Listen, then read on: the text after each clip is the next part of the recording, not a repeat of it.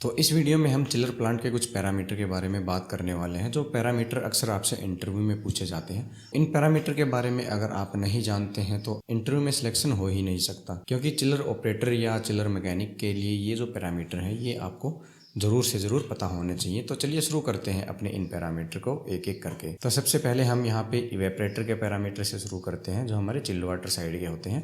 Chilled water side में हमारा chilled water inlet temperature जो होता है, जिसको हम T1 बोलते हैं। अब ये कौन सा टेम्परेचर होता है? बेसिकली ये जो हमारे HU से आने वाला जो पानी होता है और जो हमारे इवेपरेटर के अंदर एंटर करता है, वो वाटर जो होता है उसका जो टेम्परेचर उसको T1 बोलते हैं। इसकी जो रेंज है वो 10 डिग्री सेल्सियस से 14 डिग्री सेल्सियस होनी चाहिए। फ़ारेनहाइट की बात करें तो यहाँ पे 50 डिग्री से 57 डिग्री फ़ारेनहाइट के बीच में इसकी जो रेंज है ये होनी चाहिए। दूसरा हमारा टेम्परेचर है जिसको हम T2 बोलते हैं। ये हमारा चिल्ड वाटर आउटलेट टेम्परेचर है, यानी ठंडा होने के बाद जो हमारा पानी चिलर इवेपरेटर से आउट करता है और HU की तरफ जाता है, उसको हम T2 बोलते हैं। इसकी रेंज होनी चाहिए 6 डिग्री से 60 डिग्री सेल्सियस। फ़ारेनहाइट की बात करें तो यहाँ पे 42 डिग्री फ़ारेनहाइट से 44 डिग्री फ़ारेनहाइट इसकी जो रेंज है वो होनी चाहिए। अगला जो पैरामीटर है हमारा वो इवेपरेटर प्रेशर का पैरामीटर है, जिसका हम सक्शन प्रेशर बोलते हैं। इसकी रेंज जो है वो 30 से 40 psi के बीच में होनी चाहिए। जबकि बार में इसकी बात करें तो इसका जो प्रेशर है वो 2.1 बार से लेकर 2.8 बार के बीच में इसकी जो रेंज है वो होनी चाहिए। अब ये जो प्रेशर है बेसिकली ये हमारे लोड के ऊपर ही डिपेंड होते हैं। इसके अलावा हम सुपर हीट की बात करें, जो कि हम इवेपरेटर की देखते हैं, इसकी रेंज 3 डिग्री सेल्सियस से 6 डिग्री सेल्सियस होनी चाहिए। फ़ारेनहाइट में बात करें 5 डिग्री फ़ारेनहाइट से 10 डिग्री फ़ारेनहाइट इसकी जो रेंज है वो होनी चाहिए। सुपर हीट के बारे में अगर नहीं जानते हैं आप तो हमें नीचे कमेंट में बता सकते हैं। इसके ऊपर हम प्रॉपर वीडियो बना के आपके सामने लेके ज़रूर आएंगे। अगले पैरामीटर की तरफ चलें तो अगला पैरामीटर है हमारा कंडेंसर पैरामीटर, जो कि हमारे कूलिंग वाटर साइड के होते हैं, यानी जो हमारा कूलिंग टावर से जो वाटर कंडेंसर के अंदर आता है उसके जो पैरामीटर होते हैं वो उनकी हम यहाँ पे बात करने वाले हैं। तो सबसे पहले कंडेंसर वाटर इनलेट टेम्परेचर, जिसको हम T3 बोलते हैं, यानी जो कूलिंग टावर से पानी ठंडा होकर कंडेंसर में एंटर करता है, उसकी जो रेंज है वो 28 डिग्री सेल्सियस से 30 डिग्री सेल्सियस के बीच में होनी चाहिए। फ़ारेनहाइट की बात करें तो यहाँ पे 82 डिग्री फ़ारेनहाइट से 86 फ़ारेनहाइट के बीच में इसका जो टेम्परेचर है वो होना चाहिए। अगला टेम्परेचर है कंडेंसर वाटर आउटलेट टेम्परेचर, जिसको T4 भी बोला जाता है, यानी कि जो कंडेंसर से आउट होके हमारा पानी होता है कूलिंग टावर की तरफ जाता है ठंडा होने के लिए, उसका टेम्परेचर कितना होना चाहिए। तो इसके टेम्परेचर की जो रेंज है वो 32 डिग्री सेल्सियस से 36 डिग्री सेल्सियस के बीच में होनी चाहिए। फ़ारेनहाइट की बात करें तो 88 डिग्री फ़ारेनहाइट से 96 डिग्री फ़ारेनहाइट के बीच में हमारा ये टेम्परेचर होना चाहिए। आगे बात करें तो जो कंडेंसर का प्रेशर है, जिसको हम डिस्चार्ज प्रेशर बोलते हैं, इसकी जो रेंज है वो 90 psi से 160 psi होना चाहिए। बार में इसको देखते हैं तो ये 6.2 बार से 11 बार निकल के आती है।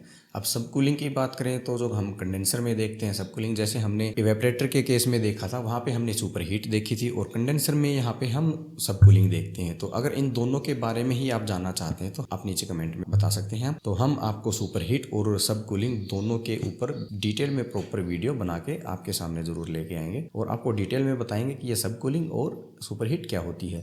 तो यहाँ पे सब कूलिंग की जो रेंज है उसकी बात करें तो ये 10 डिग्री सेल्सियस से 12 डिग्री सेल्सियस होनी चाहिए। फ़ारेनहाइट में इसको देखें तो ये 5.6 डिग्री फ़ारेनहाइट से लेके 6.7 डिग्री फ़ारेनहाइट के बीच में जाके बैठती है।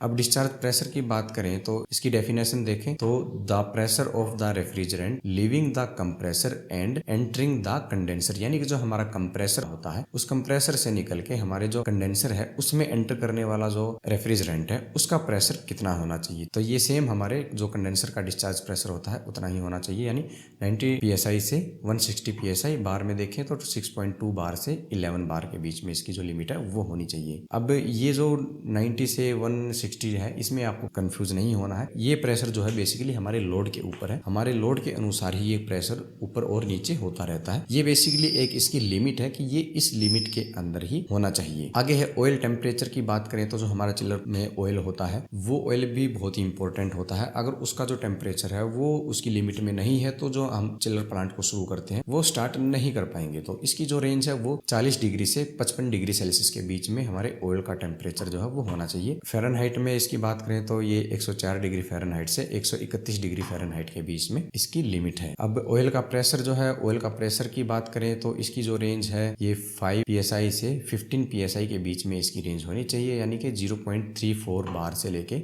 1.03 बार के बीच में इसकी जो रेंज है वो देखने को हमें मिलती है, यानी इस रेंज के बीच में ही हमारे ऑयल का प्रेशर होना चाहिए। अब बात करते हैं कंडेंसर सैचुरेशन टेम्परेचर। इसकी डेफिनेशन देखते हैं पहले। The temperature at which the refrigerant change from vapour to liquid in the condenser, यानी जो हमारा रेफ्रिजरेंट होता है वो जिस टेम्परेचर के ऊपर वेपर यानी भाप से लिक्विड में बदलना शुरू हो जाता है उसको हम कंडेंसर सैचुरेशन टेम्परेचर बोलते हैं। It depends on which refrigerant you use, here we take reference of R143, यानी ये जो हमारा टेम्परेचर होता है ये हमारे रेफ्रिजरेंट के ऊपर डिपेंड करता है, यानी हम कौन सा रेफ्रिजरेंट यहाँ पे यूज कर रहे हैं उसके अनुसार ये अलग अलग हमें देखने को मिलता है।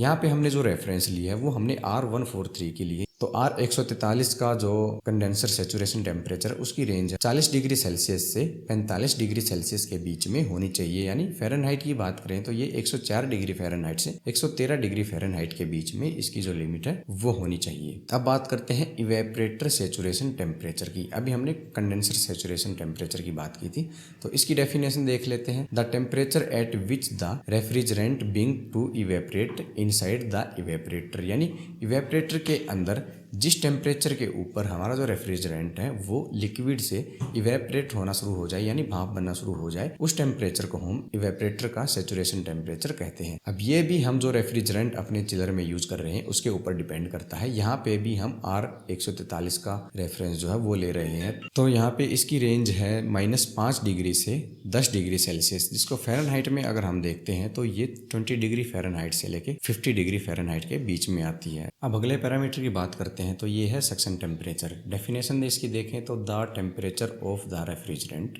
Entering the compressor after evaporation in the evaporator, यानी कि हमारा जो इवेपरेटर होता है वहाँ पे जब हमारे रेफ्रिजरेंट का इवेपरेशन हो जाता है फिर वो आगे जब कंप्रेसर में जाता है तो वहाँ पे इसका रेफ्रिजरेंट का टेम्परेचर क्या होना चाहिए, तो उसकी रेंज है 5 डिग्री सेल्सियस से 10 डिग्री सेल्सियस इसका जो टेम्परेचर वो होना चाहिए। इसको हम देखें फ़ारेनहाइट में तो 41 फ़ारेनहाइट से 50 फ़ारेनहाइट इसका टेम्परेचर होना चाहिए। अब देखते हैं डिस्चार्ज टेम्परेचर को, तो हमारे रेफ्रिजरेंट का डिस्चार्ज टेम्परेचर क्या होता है। पहले इसकी डेफिनेशन देखते हैं। The temperature of the refrigerant leaving the compressor before entering the condenser, यानी जब हमारा जो रेफ्रिजरेंट होता है वो कंप्रेसर से कंप्रेस होके कंडेंसर में एंटर करता है तब उसका टेम्परेचर कितना होना चाहिए, तो इसकी जो रेंज है वो 70 डिग्री सेल्सियस से 110 डिग्री सेल्सियस होना चाहिए, जिसकी फ़ारेनहाइट में बात करें तो 158 डिग्री फ़ारेनहाइट से 230 डिग्री फ़ारेनहाइट इसकी लिमिट होती है। अब नेक्स्ट पैरामीटर है टन ऑफ रेफ्रिजरेशन, जिसको TR भी लिखते हैं। तो अब यहाँ TR को यानी टन को देखें तो 1 ton of refrigeration is amount of cooling obtain bye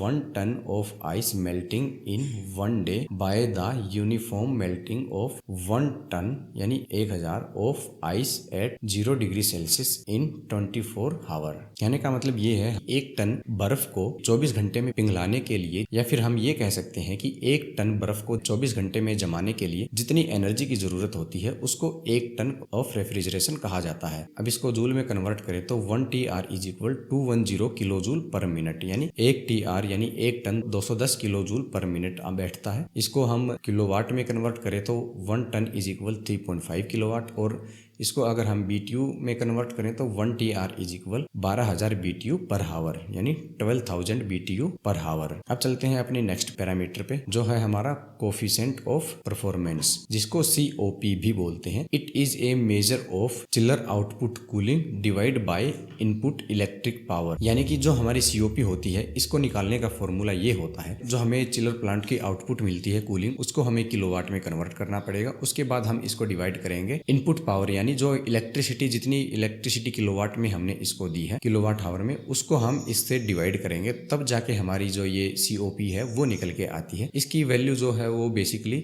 2 से 4 के बीच में आके बैठती है। इसके बारे में अगर आपको डिटेल में जानना है तो आप हमारी कार्ड में दी गई इस वीडियो को देख सकते हैं। यहाँ पे हमने COP के बारे में डिटेल में बताया है। अगला पैरामीटर है एनर्जी एफिशिएंसी रेशियो, जिसको EER भी बोलते हैं। EER is calculated by dividing a chiller cooling capacity in BTU per hour by power input in watt at full load condition, यानी कि फुल लोड कंडीशन में जो हम पावर देते हैं इलेक्ट्रिसिटी हमारे हमारे चिलर प्लांट को, उसको हम BTU पर हावर से डिवाइड करेंगे तो हमारी ये EER निकल के आती है। टिपिकली वैल्यू आर 8 to 10 यानी 8 से 10 के बीच में इसकी वैल्यू होनी चाहिए। The higher ESR is more efficient unit, यानी ये वैल्यू जितनी ज्यादा होगी हमारा चिलर उतना ही एफिशिएंट होगा। This value show the efficiency when operating at peak load capacity. अब इसको आप इस तरीके से भी निकाल सकते हैं। EER इज इक्वल यानी energy efficiency ratio is equal COP multiply 3.4, यानी हमारे COP कोफिशिएंट ऑफ परफॉर्मेंस जो था उसको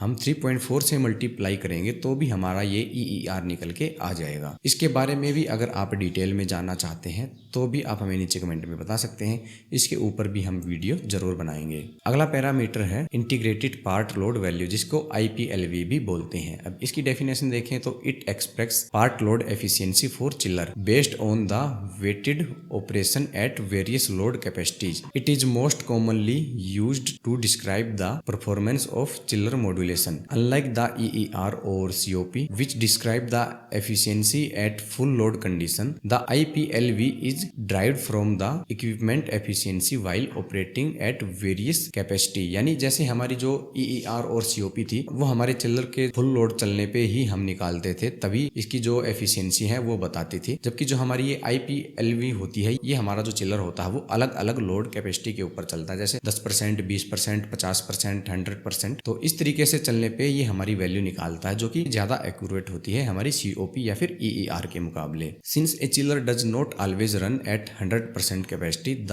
EER और COP is not an ideal representation of the typical equipment performance. तो जैसे कि अभी हमने बताया था, क्योंकि हमारा जो मशीन है वो हमेशा 100% लोड पे नहीं चलती, यानी अपनी फुल कैपेसिटी पे कभी भी नहीं चलती है। कभी उस पर 10% लोड होगा, कभी उस पर 50% लोड होगा, कभी उस पर 40% लोड होगा, तो कभी उस पर 100% लोड आएगा। तो ऐसे में हम IPLV से ही अपनी जो सही परफॉर्मेंस है हमारे चिलर प्लांट की वो निकाल सकते हैं। The IPLV is a very important value to consider since it can affect energy usages and operating cost throughout the life time of equipment. IPLV calculated under a variety of condition when the unit is operating at 25%, 50%, 75% and 100% of capacity and at different temperature. ILPV is equal 0.01A plus 0.42B plus 0.45C plus 0.12D। तो उम्मीद है आपको ये video पसंद आई होगी। अगर आपको ये वीडियो पसंद आई है तो आप इसको अपने दोस्तों के साथ शेयर कर सकते हैं, हमारी वीडियो को लाइक कर सकते हैं। इसके अलावा ऐसी ही वीडियो देखने के लिए आप हमारे चैनल को भी सब्सक्राइब कर सकते हैं।